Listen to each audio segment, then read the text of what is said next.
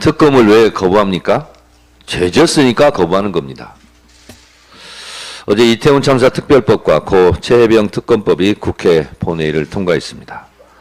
대한민국 수도 서울 한복판에서 억울하게 희생된 159분의 넋을 기리고 원통한 유가족의 한을 조금이나마 위로할 수 있게 되었고, 순직한 고 최혜병의 수사 외압에 대한 진실을 밝힐 수 있는 계기가 되었다는 점에서 매우 뜻깊은 일입니다. 부족한 21대 국회에 대해 국민들께서 보내주신 따가운 시선에 조금이나마 부응할 수 있어서 참 다행스러운 일입니다. 그러나 말입니다. 용산 대통령실에서 또다시 찬물을 끼얹고 나섰습니다. 참으로 유감스럽고 개탄스럽습니다. 정진석 비서실장은 특검법 강행 처리는 최상병의 안타까운 죽음을 이용해서 정치적인 목적으로 악용하려는 나쁜 정치라며 대한민국을 혼란에 빠뜨리는 사례로 남을 것이라고 했습니다. 거부권을 시사하는 발언이라고 생각합니다. 한마디로 코웃음이 납니다.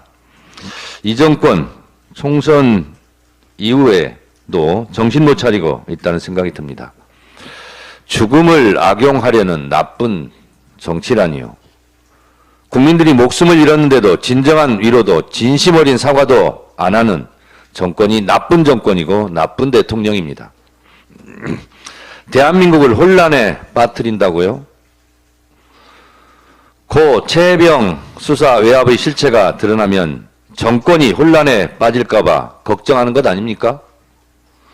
혹시 정권을 국가로 착각하는 것 아닙니까? 박근혜 정권이 탄핵되고 끝났다고 하여 대한민국이 혼란에 빠졌거나 국가가 망했습니까?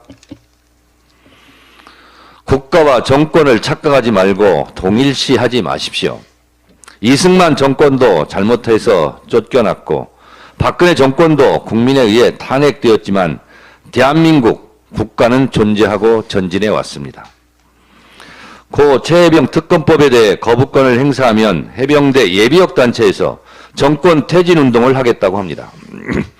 거부권 행사하면 국민들이 윤석열 정권 거부 저항 운동이 일어날지도 모르겠습니다.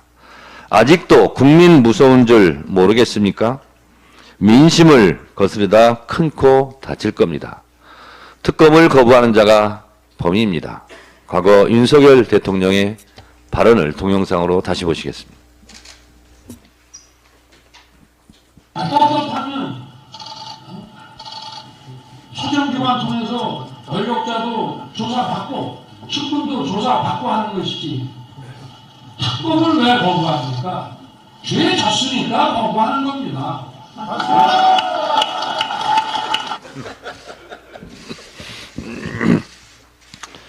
특검을 왜 거부합니까? 죄졌으니까 거부하는 겁니다. 이 말을 한 장본인이 윤석열 대통령입니다. 떳떳하면 특검 받으십시오. 윤석열 정권이 민정수석실을 만든다는데 왜일까요? 윤석열 대통령 당선인이 통이동 첫 출근날 한 발언을 제가 다시 읽어보겠습니다. 민정수석실은 합법을 가장해 정치적 반대 세력을 통제하는 경우가 비일비재했고 세평 검증을 위장해 국민 신상 털기와 뒷조사를 벌여왔는데 이런 잔재를 청산하겠다. 민정수석실을 폐지하겠다. 2022년 3월 14일 첫 출근날 윤석열 대통령의 발언입니다. 이런 자신의 발언을 기억은 하십니까? 윤 대통령의 말처럼 민정수석실을 부활시켜 국민 신상털기와 뒷조사를 할 작정입니까? 국민을 뒷조사하고 신상털기의 위협을 통해서 공포 정치하시렵니까? 사정정국, 공포 정치 아니면 이제 정권을 유지하기가 어렵다고 판단하셨습니까? 민심은 억누를수록 더 튀어오른다는 것을 역사적 교훈을 통해 아직도 모르십니까? 잡으라는 물가는 안 잡고 2년 내내 이재명 대표 잡는 것에 열중하다가 이번 총선 퐁 망한 거 아직도 못 느끼시겠습니까? 설치하라는 제2부속실은 설치하지 않고 왜 민정수석실을 설치합니까? 민심과 거꾸로 가는 윤석열 정권 너무 멀리 가는 것 아닙니까? 이러다가 대통령 임기는 다 채울 수 있을까 하는 시중의 수근수근거림을 한번 세심하게 살펴보시기 바랍니다.